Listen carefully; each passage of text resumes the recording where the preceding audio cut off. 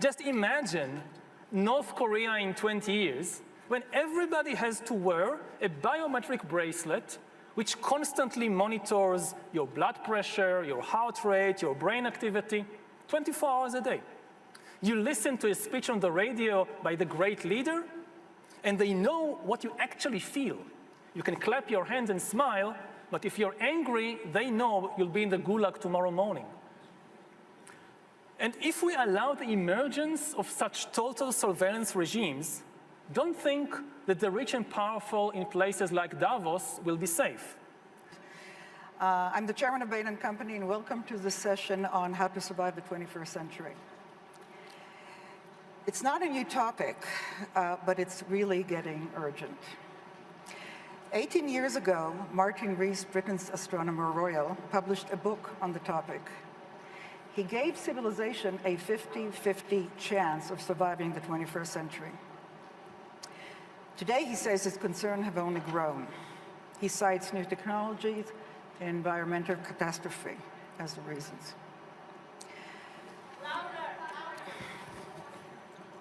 Well, don't yell at me, yell at the technician. Can you hear me now? Okay. Should I repeat what I said? Sorry, guys. Well, first I introduce myself. I'm Orit Gadiesh. The order there is a little misleading. I'm the chairman of Bain & Company, and I welcomed you to the session on how to survive the 21st century. I started by saying that this is not a new topic, and mentioned that 18 years ago, Martin Rees, Britain's astronomer royal, published a book on the topic. And he gave civilization a 50-50 chance of surviving the 21st century. He published another book this year, or actually last year, and his concerns have only grown. He cited technology and environmental catastrophe as the reasons. Now, being over 30, it is highly unlikely that I will survive the 21st century. And some days, especially when I hear about the fires in Australia, or hear yet another example of our data being used to manipulate us surreptitiously, I find myself kind of glad of that, but I fear that the next generations may live to see horrific things.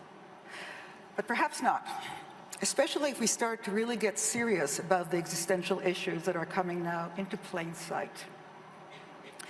With us today is Yuval Noah Harari. He's a best-selling author of 3 books. The latest is 21 Lessons for 21st Century. He's a historian and a philosopher. He has thought long and hard about 3 existential challenges: nuclear war, ecological collapse, and technological disruption. Also with us is Mark Rutte, also an historian. He's been the Prime Minister of the Netherlands for 10 years. In 2019, the World Economic Forum Competitiveness Report ranked the Netherlands as 4th globally and 1st in Europe. It's a pretty good report card for a nation with some real challenges that are relevant to the topic we were going to be talking about today. As many of you know, about 1/3 of the country is below sea level. The Dutch are famous for their dikes. And they're also famous for the little boy who plugged the leak in one of those dikes until help arrived. There are not enough little boys to just plug the threats that surround us today. But perhaps we can learn something from such devotion to a common good, which this is what it portrayed. To kick things off, Yuval is going to share some of his current thought. Thank you. So hello, everyone. I hope you hear me okay. If not, just make a sign. As we enter the 3rd decade of the 21st century, humanity faces so many issues and questions that it's really hard to know what to focus on. So I would like to use the next 20 minutes to help us focus. Of all the different issues we face, 3 problems pose existential challenges to our species. These 3 existential challenges are nuclear war, ecological collapse, and technological disruption. We should focus on them. Now, nuclear war and ecological collapse are already familiar threats. So let me spend some time explaining the less familiar threat posed by technological disruption. In Davos, we hear so much about the enormous promises of technology, and these promises are certainly real, but technology might also disrupt human society and the very meaning of human life in numerous ways, ranging from the creation of a global useless class to the rise of data colonialism and of digital dictatorships. First, we might face upheavals on the social and economic level. Automation will soon eliminate millions upon millions of jobs, and while new jobs will certainly be created, it is unclear whether people will be able to learn the necessary new skills fast enough. Suppose you're a 50-year-old truck driver, and you just lost your job to a self-driving vehicle. Now, there are new jobs in designing software or in teaching yoga to engineers. But how does a 50-year-old truck driver reinvent himself or herself as a software engineer or as a yoga teacher? And people will have to do it not just once, but again and again throughout their lives, because the automation revolution will not be a single watershed event following which the job market will settle down into some new equilibrium. Rather, it will be a cascade of ever bigger disruptions, because AI is nowhere near its full potential. All jobs will disappear, new jobs will emerge, but then the new jobs will rapidly change and vanish. Whereas in the past, humans had to struggle against exploitation, in the 21st century, the really big struggle will be against irrelevance. And it's much worse to be irrelevant than to be exploited. Those who fail in the struggle against irrelevance would constitute a new useless class. People who are useless, not from the viewpoint of their friends and family, of course, but useless from the viewpoint of the economic and political system. And this useless class will be separated by an ever-growing gap from the ever more powerful elite. The AI revolution might create unprecedented inequality, not just between classes, but also between countries. In the 19th century, a few countries, like Britain and Japan, industrialized first, and they went on to conquer and exploit most of the world. If we aren't careful, the same thing will happen in the 21st century with AI. We are already in the midst of an AI arms race, with China and the USA leading the race, and most countries being left far, far behind. Unless we take action to distribute the benefits and power of AI between all humans, AI will likely create immense wealth in a few high-tech hubs, while other countries will either go bankrupt or will become exploited data colonies. Now, we aren't talking about a science fiction scenario of robots rebelling against humans. We are talking about far more primitive AI, which is nevertheless enough to disrupt the global balance. Just think, what will happen to developing economies once it is cheaper to produce textiles or cars in California than in Mexico?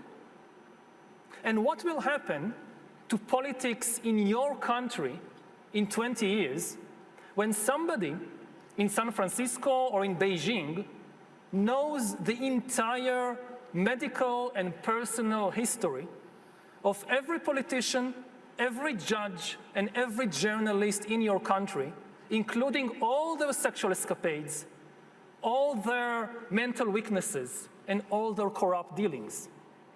Will it still be an independent country? Or will it become a data colony? When you have enough data, you don't need to send soldiers in order to control a country. Alongside inequality, the other major danger we face is the rise of digital dictatorships that will monitor everyone all the time. This danger can be stated in the form of a simple equation, which I think might be the defining equation of life in the 21st century. B times C times D equals R, which means biological knowledge multiplied by computing power multiplied by data equals the ability to hack humans, R. If you know enough biology and you have enough computing power and data, you can hack my body and my brain and my life, and you can understand me better than I understand myself. You can know my personality type, my political views, my sexual preferences, my mental weaknesses, my deepest fears and hopes. You know more about me than I know about myself. And you can do that not just to me, but to everyone. A system that understands us better than we understand ourselves can predict our feelings and decisions, can manipulate our feelings and decisions, and can ultimately make decisions for us. Now, in the past, many tyrants and governments wanted to do it, but nobody understood biology well enough, and nobody had enough computing power and data to hack millions of people. Neither the Gestapo nor the KGB could do it. But soon, at least some corporations and governments will be able to systematically hack all the people. We humans should get used to the idea that we are no longer mysterious souls. We are now hackable animals. That's what we are. The power to hack human beings can, of course, be used for good purposes, like providing much better healthcare. But if this power falls into the hands of a 21st century Stalin, the result will be the worst totalitarian regime in human history, and we already have a number of applicants for the job of 21st century Stalin. Just imagine North Korea in 20 years, when everybody has to wear a biometric bracelet which constantly monitors your blood pressure, your heart rate, your brain activity, 24 hours a day. You listen to a speech on the radio by the great leader, and they know what you actually feel. You can clap your hands and smile, but if you're angry, they know you'll be in the gulag tomorrow morning. And if we allow the emergence of such total surveillance regimes, don't think that the rich and powerful in places like Davos will be safe. Just ask Jeff Bezos. In Stalin's USSR, the state monitored members of the communist elite more than anyone else. The same will be true of future total surveillance regimes. The higher you are in the hierarchy, the more closely you will be watched. Do you want your CEO or your president to know what you really think about them? So it's in the interest of all humans, including the elites, to prevent the rise of such digital dictatorships. And in the meantime, if you get a suspicious WhatsApp message from some prince, don't open it. Now, even if we indeed prevent the establishment of digital dictatorships, the ability to hack humans might still undermine the very meaning of human freedom. Because as humans will rely on AI to make more and more decisions for us, authority will shift from humans to algorithms. And this is already happening. Already today, billions of people trust the Facebook algorithm to tell us what is new. The Google algorithm tells us what is true. Netflix tells us what to watch. and the Amazon and Alibaba algorithms tell us what to buy. In the not-so-distant future, similar algorithms might tell us where to work and whom to marry, and also decide whether to hire us for a job, whether to give us a loan, and whether the central bank should raise the interest rate. And if you ask why you were not given a loan, or why the bank didn't raise the interest rate, the answer will always be the same. Because the computer says no. And since the limited human brain lacks sufficient biological knowledge, computing power, and data, humans will simply not be able to understand the computer's decisions. So even in supposedly free countries, humans are likely to lose control over our own lives and also lose the ability to understand public policy. Already now, how many humans really understand the financial system? Maybe 1%, to be very generous. In a couple of decades, the number of humans capable of understanding the financial system will be exactly 0. Now, we humans are used to thinking about life as a drama of decision-making. What will be the meaning of human life when most decisions are taken by algorithms? We don't even have philosophical models to understand such an existence. The usual bargain between philosophers and politicians is that philosophers have a lot of fanciful ideas, and politicians patiently explain that they lack the means to implement these ideas. Now we are in an opposite situation. We are facing philosophical bankruptcy. The twin revolutions of infotech and biotech are now giving politicians and business people the means to create heaven or hell, but the philosophers are having trouble conceptualizing what the new heaven and the new hell will look like. And that's a very dangerous situation. If we fail to conceptualize the new heaven quickly enough, we might be easily misled by naive utopias. And if we fail to conceptualize the new hell quickly enough, we might find ourselves entrapped there with no way out. Finally, technology might disrupt not just our economy and politics and philosophy, but also our biology. In the coming decades, AI and biotechnology will give us godlike abilities to re-engineer life and even to create completely new life forms. After 4 billion years of organic life shaped by natural selection, we are about to enter a new era of inorganic life shaped by intelligent design. Our intelligent design is going to be the new driving force of the evolution of life.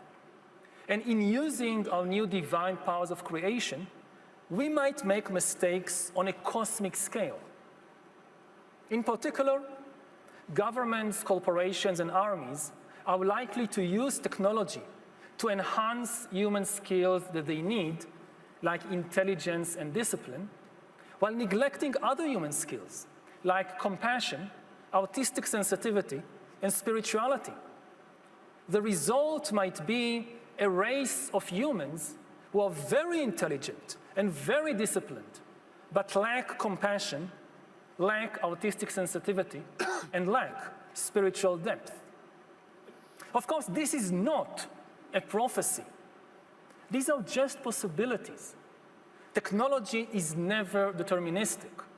In the 20th century, people used industrial technology to build very different kinds of societies. Fascist dictatorships, communist regimes, liberal democracies. The same thing will happen in the 21st century. AI and biotech will certainly transform the world, but we can use them to create very different kinds of societies.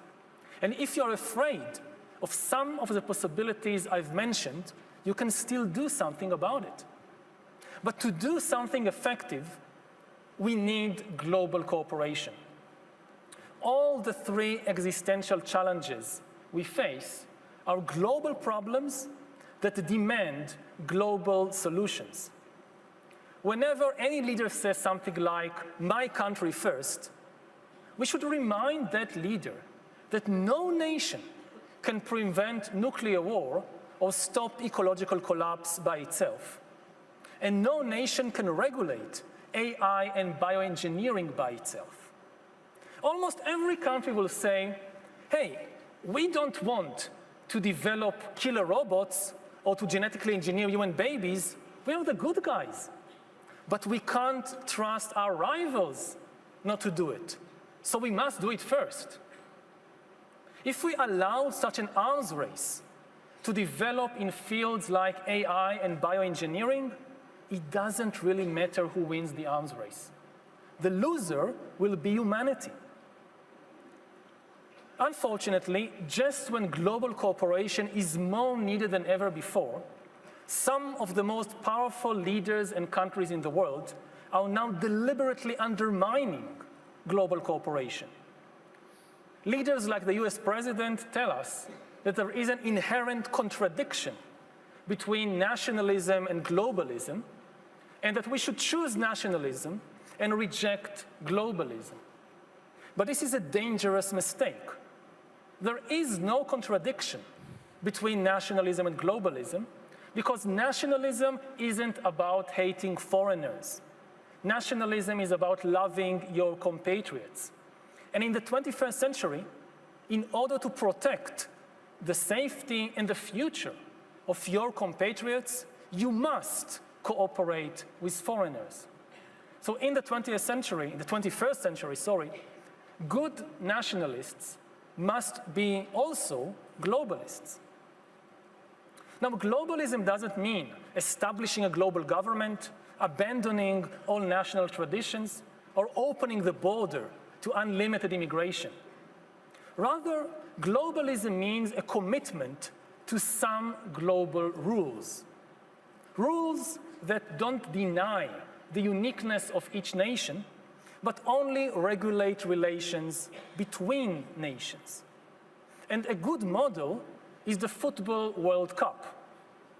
The World Cup is a competition between nations, and people often show fierce loyalty to their national team.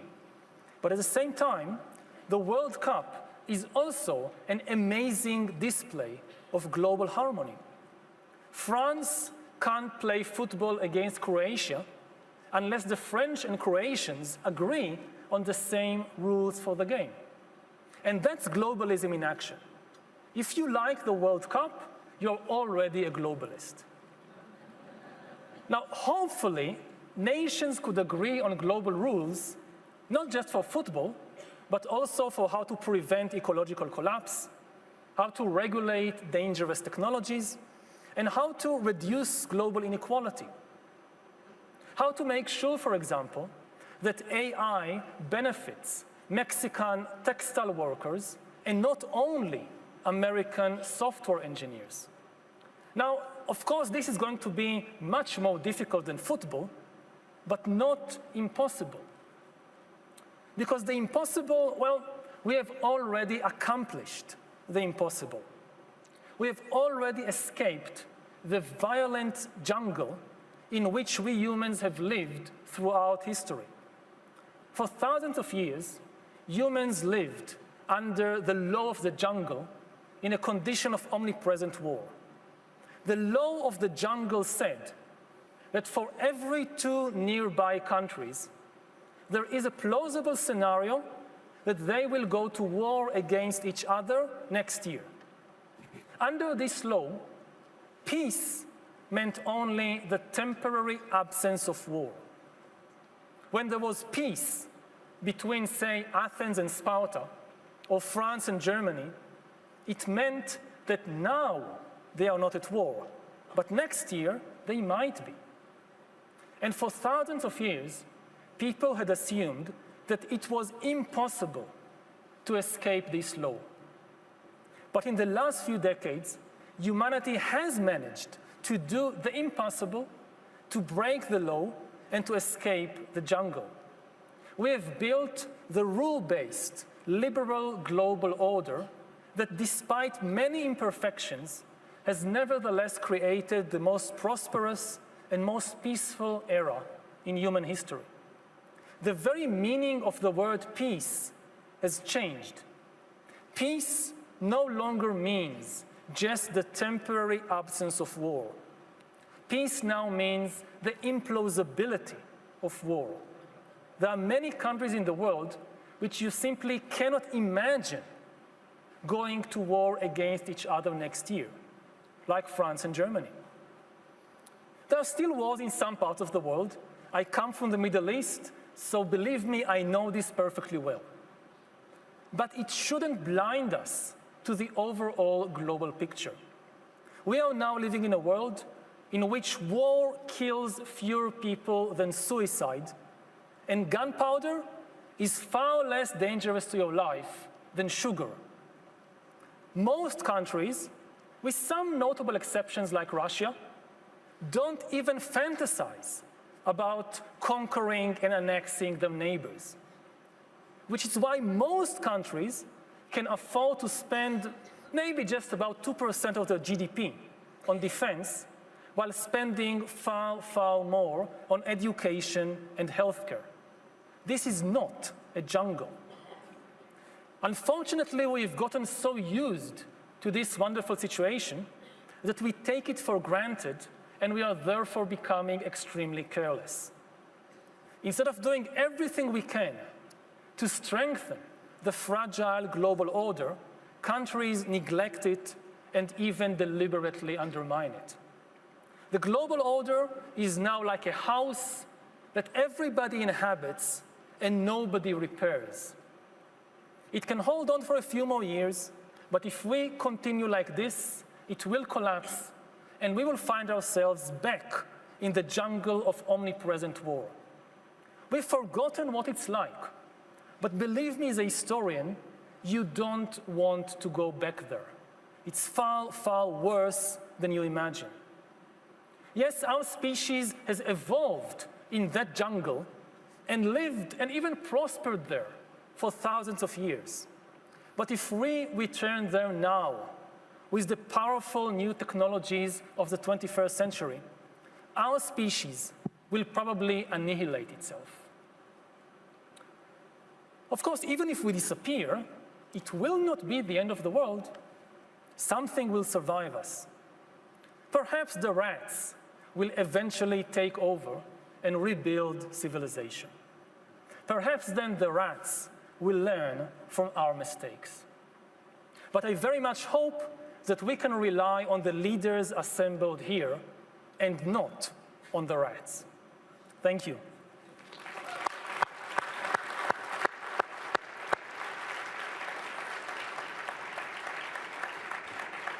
Very good. Thank you, Yuval. That was very thought-provoking and challenging introduction, and pretty frightening. Let's hope the rats don't get the upper hand. And with that in mind, let me turn to you, Prime Minister. You're head of a government responsible for the well-being of millions of people. And in 2019 alone, you have signed multi-partner strategic agreements on both climate and AI. And then also, you're one of the leaders of the EU, which is the first organization to think really about data and privacy, and to come out with this bold green initiative based not on scaring people, but really as a strategy for growth. What's your take on this on the road ahead? Well, thank you, and let me first of all say I'm slightly more optimistic. But I'm the eternal optimist in the room, always. But here I'm slightly more optimistic. Because I believe there is a strategic, but also a societal and economic imperative, let's say a urgency to make sure that, be it artificial intelligence or be it this big issue of climate change, that we get a grip on it. But I will also briefly address some of the big issues just being mentioned, because of course they are rightly mentioned and we have to mitigate them. But first, very briefly, where is this fierce urgency of now on artificial intelligence and on climate change? On climate change, because of course we want to mitigate the warming of our world and address the CO2 emissions, that's clear. But at the same time, there is a huge economic possibility here. Lots of new jobs being created. I see this in my country, where we see now growing investments because of the energy transition and climate change itself. But of course, you need therefore a strategy. You need society to be on board. We, in the best Dutch way, had everybody on board in this debate, as you mentioned. Created a big climate agreement in June last year, which we are now implementing, which is affordable and achievable, but which also create the jobs necessary in the future. I believe the same is true for artificial intelligence. The possibilities this will present in terms, for example, of cancer research, in terms of, for example, being able to have precision farming with a smaller CO2 footprint than at the moment, autonomous driving, energy transition itself. In all these areas we need artificial intelligence. I believe it is a bigger transformation than the invention of the internet itself. If we do it rightly, because things can go horribly wrong. That means also we have to focus when it comes to climate change on climate adaptation. We will host in October this year a big climate adaptation summit, being 1/3 of the country being below sea level. We need to do this. As we always say, God created Earth, the Dutch created the Netherlands. So we want to showcase this to the world, how to work on climate adaptation. In terms of artificial intelligence, of course it is crucial that we change the educational system. It has to adapt to what is happening in the area of artificial intelligence. We need to have the European human-centric approach leading us here. That, I think, is crucial. And standards, for example, in the terms of data and privacy, is very important here. And then I come to the big issues being addressed, very briefly. One, yes, we have to stay anchored in a multilateral global world system. But then it doesn't help to constantly beat Trump. Not that you were doing this, but I know that during the Davos sessions we like to beat Trump. It doesn't help at all. He is President of the United States. I believe that he rightly addresses some of the big issues in terms of the functioning of the UN, NATO, the WTO. So let's make use of the fact that he is President of the United States to change these global organizations, because you're right. We can never deal with these issues in bilateral ways. The strong men, Trump, Erdogan, Bolsonaro, Xi Jinping, they cannot in a bilateral way, in a traditional way, deal with the global issues. Secondly, I want to ask attention to the role of the free press. There is a risk that with Facebook and all the other big companies who are drawing all the advertising money into the internet now, that it is running against the traditional newspapers and the traditional news outlets. But we need journalism to be able, for example, we have all seen this small clip with Obama saying very strange stuff, which was a created clip. But when you see it, it seems like it is really Barack Obama. Imagine that this clip would be aired on television 1 or 2 days before the election, with some of the national politicians being in that small clip on the internet or on television. That might have a huge impact on election outcomes. So you need the free press at these moments to be able to explain to the people what is really happening.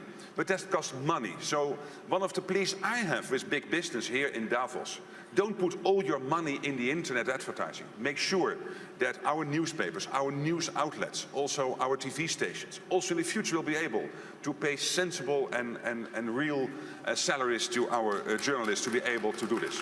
I believe it is crucial.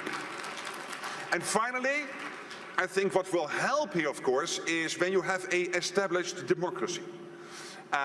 Because in an established democracy with multi-party systems, that in itself will create a tradition in your society of debating all the various issues and views, etc. And that is to the core of what we as human beings are. We like to debate. And you come from Israel. Israel is one big debating society. And most of our established democracies are, thrive on debate, thrive on opposing views. But that is also educating young people to be able to distinguish between the crazy stuff and the real stuff, to be able to come to their own conclusions on big societal issues. So an established democracy will be very helpful here, and that's why I'm so motivated to keep that running in the Netherlands. Well, thank you. That was optimistic, but not optimistic enough for me. So let me throw a question in here for both of you. Completely support free press. I agree that innovation has done a lot for healthcare and a lot of other things, and democracy. But technology is still marching on. And you know, I was reminded when Yuval was talking of, I mentioned it to Yuval before, of two books that were written in the first half of the 20th century that kind of predicted humanity's future. One was George Orwell's 1984, where the population was controlled by this fearsome dictatorship. And surveillance was everywhere. The thought police was going after you. They knew what you were thinking, and they were going to prosecute you. And that's kind of like the digital dictatorship that Yuval talked about. The other book, which in some ways is more scary, is Huxley's Brave New World, where by contrast, the population is bred or programmed to want what the world state is willing to provide them. So they buy what the algorithm tells them that they should want. They do what the algorithm tells them they should be happy doing. In a way, it's this naive utopia that you talked about. Neither author, by the way, mentioned algorithms because the word as it exists now in the current use didn't exist. But unlike the book's protagonist, we do know that we're being manipulated. You mentioned that when you said why we need free press. Yuval mentioned that when he talked about where we are with algorithms. And the question is really whether we're going to let this continue. So should we, for example, demand that all algorithms that make or influence decisions are a matter of public record, or at least subject to some regulator who actually can unmask at least or understand how they're working and explain it to some people? Who is controlling the regulator? Well, you tell me. You're the politician. Well, but you tell me. We have to go there. Maybe, just briefly, I believe that in the end you want the people in your country to be the regulators, collectively. Take 1984. Well, we have our global regulator that then lets countries decide how to do that. In terms of regulating artificial intelligence to make sure that privacy is protected, that data is protected. Yes, I agree, you need regulation there, and at the moment that is going on to make sure that, for example, European Union is the biggest data mine in the whole world. And everybody would like to mine that data. So it is crucial that you have regulation in place. But at the end, the strongest regulation is independent thinking people and all classes of society. And that is at the core of our societal system. And I mean, to a certain extent, this issue of you being manipulated to buy certain stuff is not new. We know that even in the 19th century in magazines you would find advertising geared to your particular preferences. That is not too different from what is happening nowadays in algorithms on the internet. Of course, it was old-fashioned, but trying to somehow be able to channel your message to a particular audience is not different from what happened in the traditional media in the 19th and 20th century, advertising, whatever. What you don't want is things like Cambridge Analytica, that there was this impression that on what you were doing in the internet on Facebook was basically being geared to certain messages given to you, which would then almost conduce you to vote in favor or against the Brexit referendum or whatever. I think in reality it was not that sophisticated as we sometimes think, but of course these risks are there, so you need some form of regulation. But in the end, let's not be too scary about this, because if we start to regulate it too heavily, then that will immediately pose the question, who is controlling the regulator? Because that man or woman will have a lot of power. Yuval, do you want? If I can be a bit more scary nevertheless, you know, the AI revolution is barely an infant. You know, 5 years ago, nobody talked about AI except for a few scientists. And what we saw in the 2016 elections with Cambridge Analytica, that's nothing. I mean, we still haven't passed the crucial watershed. The real watershed is the union of AI with biometrics. At present still, the vast majority of data being mined and people being hacked, it's not based on by biological knowledge, on by biological data. It's based on where I click, where I go, what I buy, and things like that. It's still outside the body. The real line in the sand is when biometric sensors become ubiquitous, and it's happening, and the data starts coming from within the body. And they can access your heart, your brain, not just your credit card. And again, AI it's nowhere near its full capacity. It's going to get much, much more sophisticated. So it's going to also to be much more difficult to regulate it, especially because even if, like the European Union, you have a law saying that if an algorithm makes a decision about me, like not hiring me for a job, I have the right to know why, which is very crucial. But to me, it seems completely ineffectual because the way algorithms make decisions about us is based on enormous amounts of data points. When a human decides not to hire me for a job, it's usually based on 2 or 3 salient data points, and I can understand why. Hey, you're gay, you're Jewish, we don't want you. Hey, that's discrimination, you can't do that, that's easy. But an algorithm, the big thing about big data and AI, you take thousands, tens of thousands of data points, each contributing a very small percentage. And that's how it makes decisions. Now, I can have the right to get all the information, so they'll give me a big book of 1,000 pages with lots of numbers. This is why the algorithm didn't hire for a job. But you won't understand. What do I do with that?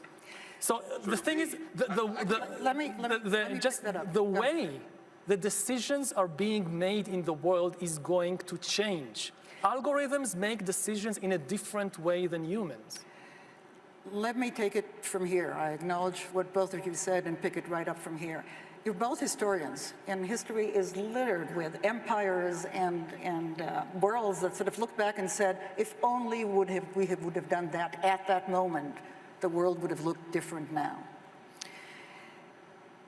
I think we are at that moment. I don't think, we talk about the things we want, we talk about multilateralism, but there are countries who tell us that they don't actually want to cooperate on the standards of the world. There are people who will tell us that I don't want to change the way I make profits, and there is no regulator right now doing that.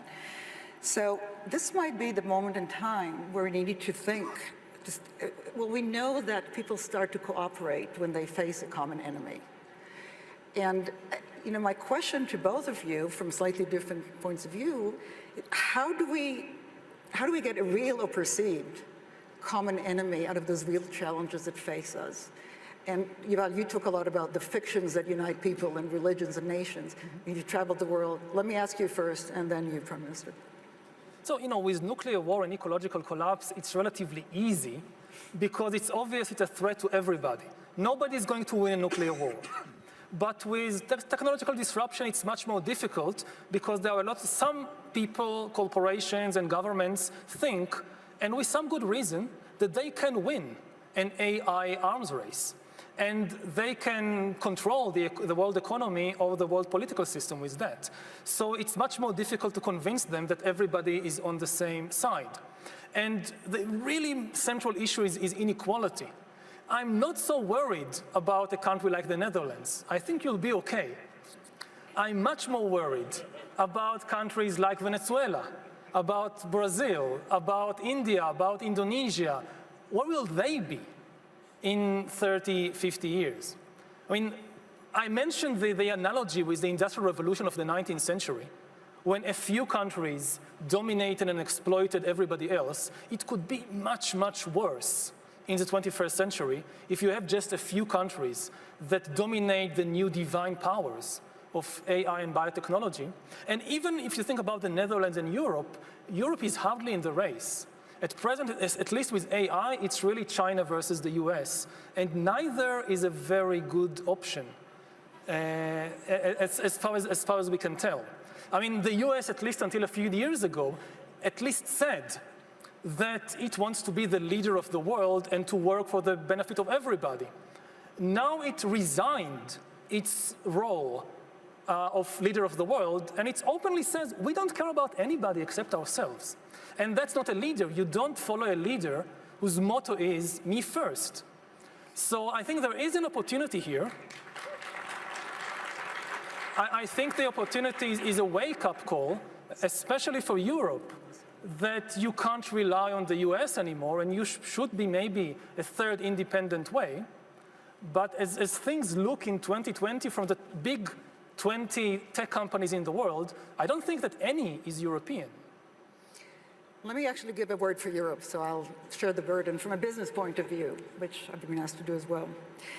A very important part in what's going to be going on is the way actually decisions are being made about technology, where it's bought, and how it gets used. And while the US and China have the big platforms that people talk about, the technology companies, Europe actually is quite unique relative to the United States. It has 5G, people who can still actually make 5G working. Now, in America, there isn't a single company that can do it today. And the reason for that is because when mobile started, the United States went a different direction, Europe agreed on a similar format, and they went down the experience curve, both cost-wise and quality-wise. All the United States companies were sold to Europeans or disappeared. Europeans are consolidated now. There's now China, Korea, and Europe. That is an opportunity for Europe, in my mind, to actually take a step in technology, make a huge difference, because when you think about the future, those who control 5G or make 5G will actually control all the infrastructure on which the technology that we're talking about is going to be. Well, I'm not as negative about America as some of you in this room, because I still believe America is the leader of the free world, and I cannot envisage any big global issue being solved without the involvement of the USA. Despite who is president, not important. At the end, that is still the case. But at the same time, the European Union is 1.5 times bigger in its overall size of economy than the US, and 3 or 4 times bigger than China. So the question, when they are fighting each other, the US and China, it's not about first place, it's about second place. So let's not forget it. And you're right, the European Union has many, and the European countries have many other advantages. And I'd also agree that when talking about AI, and particularly when you see what will happen, as you put very clearly in your presentation, and the risks being involved, you need that regulation, including transparency. And how to have worldwide standards about transparency, that at least you understand that because of the color of your skin or whatever, you have been rejected for that job, and that you don't have to go through 100 pages of digital data. So you need that clearly decipherable worldwide standards on transparency. That's crucial. And we need the involvement of companies to help us to create that. At the end, it is the political system which has to take the decision, but you need the technological input. But I'm very optimistic about European countries being able to do this. In the Netherlands, we have this AI strategy. We're working with all the big tech companies worldwide to build AI clusters in the Netherlands, because we know that if we want to stay the 4th most competitive economy in the world and #1 in Europe, this is crucial, because this is transformational. So yes, we have to acknowledge the risks and the downsides of these new technologies. But at the same time, for our societies to come along, let's also acknowledge the enormous amount of good this can create in terms of our health, cancer research, the many things I mentioned earlier. Because I'm extremely optimistic about what that can do if you're not naive. I agree with you on that point. And that includes working on global standards. That includes maintaining the liberal international world order. But then including making changes to the big global organizations who at this moment are in many cases not functioning as they should. Well, we have less than 1 minute, and I'm supposed to summarize this. So let me actually I think we have participated and seen a discussion between a philosopher and a political leader trying to conceptualize a little further what the 21st century might look like. There was a little bit of pessimism, a little bit of optimism. I think a lot of realism as one starts to think about where to take that next, and it's important to talk about those things and to realize them. So please join me in thanking both speakers for today's excellent. And our moderators.